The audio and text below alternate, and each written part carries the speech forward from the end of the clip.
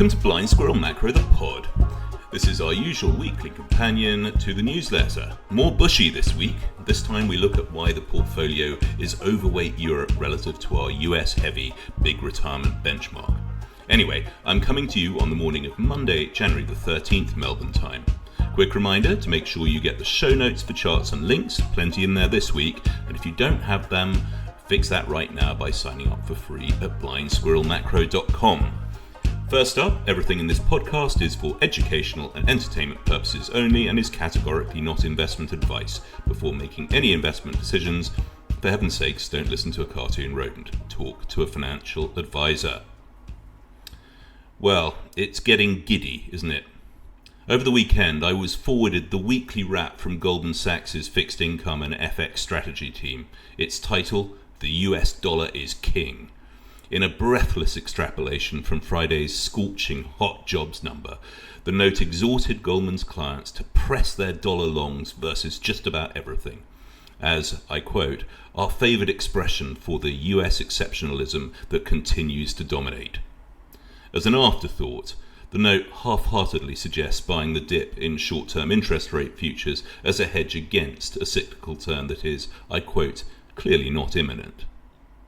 Minutes later, I exchanged WhatsApp messages with a very experienced strategist friend who was just returning home from a week of meetings with hedge fund clients in New York.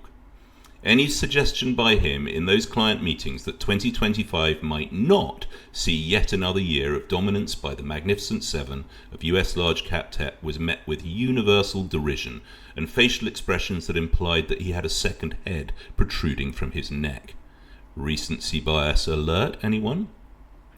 Exceptionalism is now fully embedded within the political zeitgeist too, as we witness the emerging all-stock merger between the overlords of Silicon Valley and MAGA world.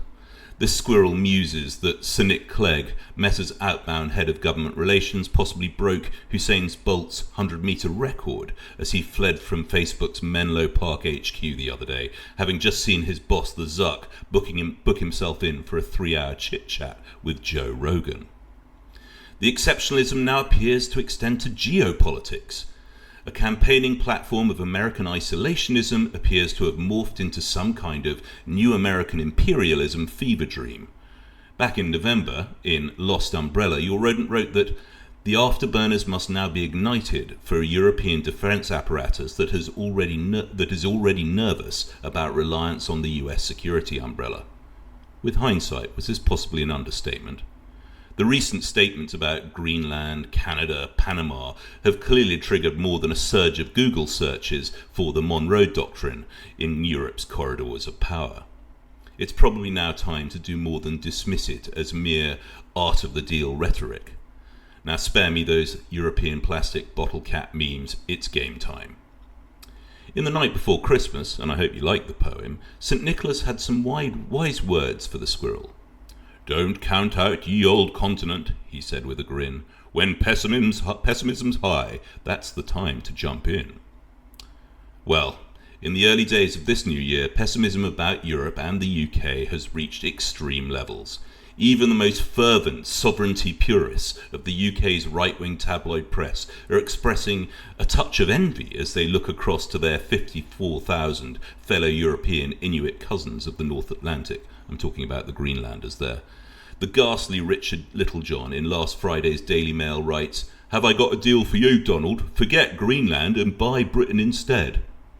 Littlejohn bringing some Little John energy there. Consumer and business confidence measures are now matching the negative valuation and equity fund outflow charts for the old continent. PMIs, valuations, outflows, all at extremes.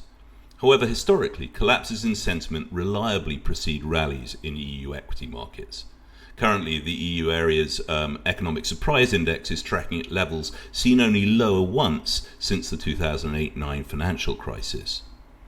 That would be a good time to check the show notes for some of those charts.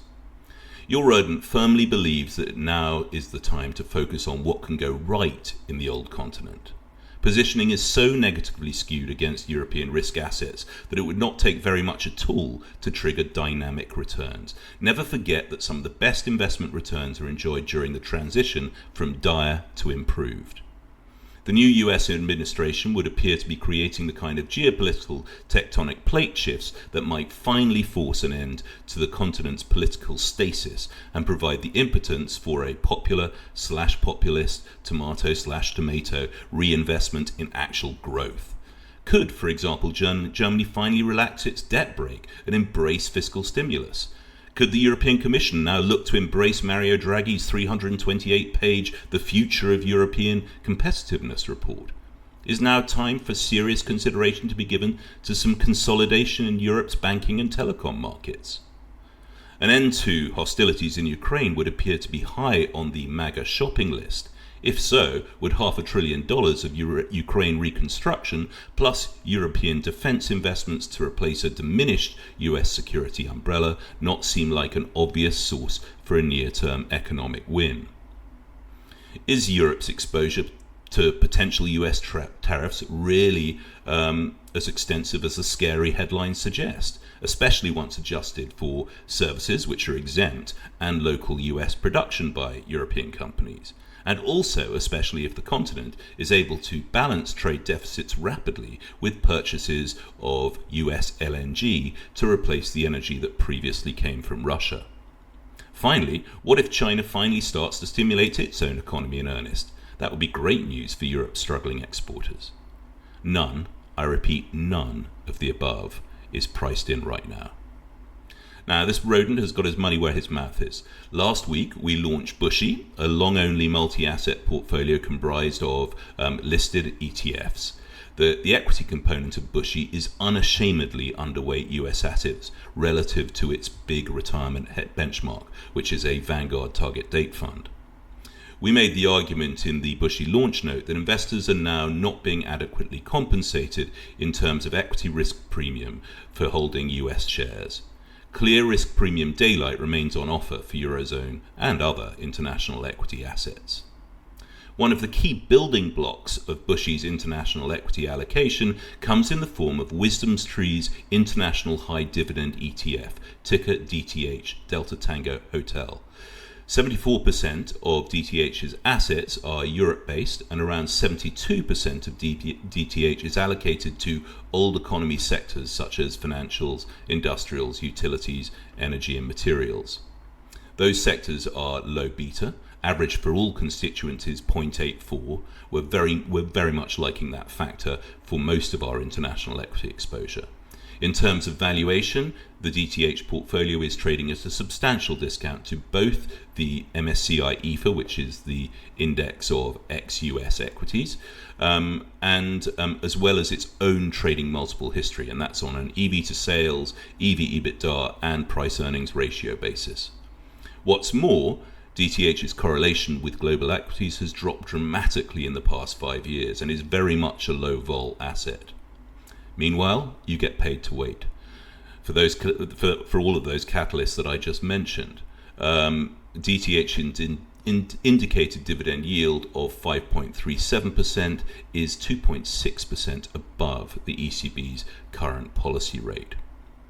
Looking quickly at the charts, the daily chart would appear to be finding some support right now at obvious Fibonacci retracement levels, while the weekly chart continues to trend well, with the post-election sell-off arguably offering an attractive buyable dip. Now, DTH has yet to make a positive contribution to BUSHY so far in 25, with a negative 8 basis points of portfolio attribution so far in January. However, the squirrel has high hopes for these contributions that might come from the dividend heroes of the Olde Continent. The BUSHY portfolio more broadly gave back some ground on Friday's post-payrolls risk asset sell-off after a strong start. The portfolio's bond alternative allocations provided precisely the diversification we were looking for from them. The squirrel gives thanks to those trend-following robots. BUSHY is positioned for a market in 2025 that looks very different indeed from what global risk assets experienced in the previous 2 years. However, we have to protect ourselves from relative performance pain in the event that recency bias was indeed the right way forward for the year to come. We carved out an allocation in BUSHY for a risk budget for hedges against our core macro views. In section 2 of this week's letter, we introduce that hedge book in detail. Do check it out at blindsquirrelmacro.com. You can also find me on Twitter at squirrelmacro and on Blue Sky at blindsquirrel. Thanks again for listening. Please do spread the word. Ratings and reviews would be very cool too. Squirrel out.